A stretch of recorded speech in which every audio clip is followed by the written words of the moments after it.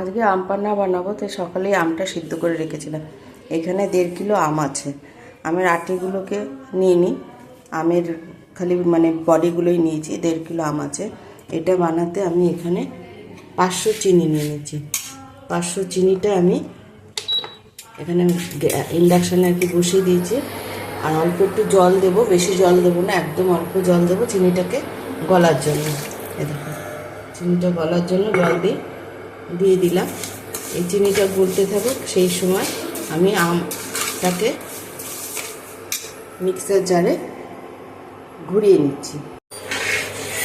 পুরো চিনিটা গলে গেছে।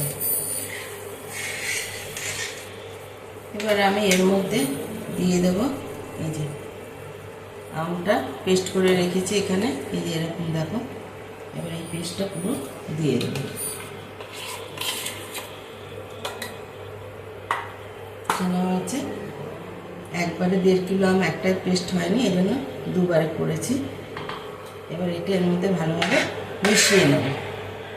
এই যে এখানে চাট মশলা দিয়ে দিলাম, আর দেব নর্মাল যে খাবার লবণ সেইটা।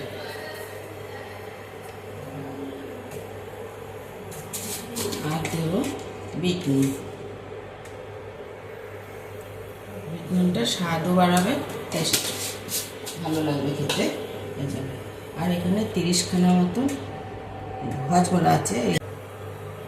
এই চামচে 1.5 চামচ গোলমরিচের গুঁড়ো দিয়ে দিলাম। ভালোভাবে মিশিয়ে নিই। ভালোভাবে মিশিয়ে নিলে তৈরি হয়ে যাবে আমার আম পান্না। এর মধ্যে অনেকে পুদিনা পাতা দেয়, ধনে পাতা দেয়। তা আমার ঘরে এখন এই মুহূর্তে পুদিনা পাতা নেই, ধনে পাতা আছে, আর দিলাম না। পুদিনা পাতা থাকলে দিতাম।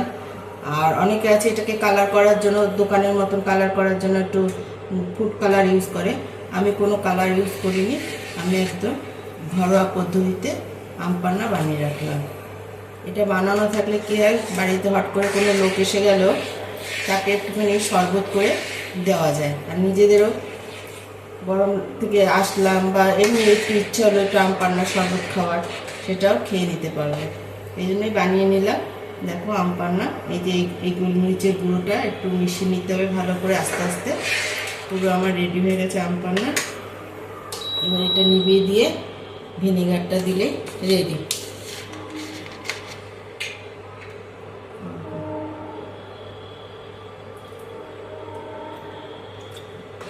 এটা দিলে কি হবে, নিশ্চিন্ত, খারাপ হওয়ার কোনো চান্সই থাকবে না।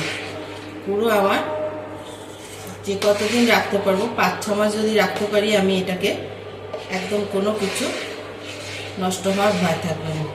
রেডি হয়ে গেল আম পান্না। কে কে ভালোবাসো জানাবে।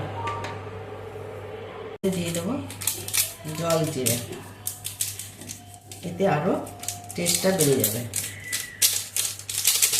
তা কে কে এরকমভাবে বানাও আমাকে কিন্তু অবশ্যই জানিও।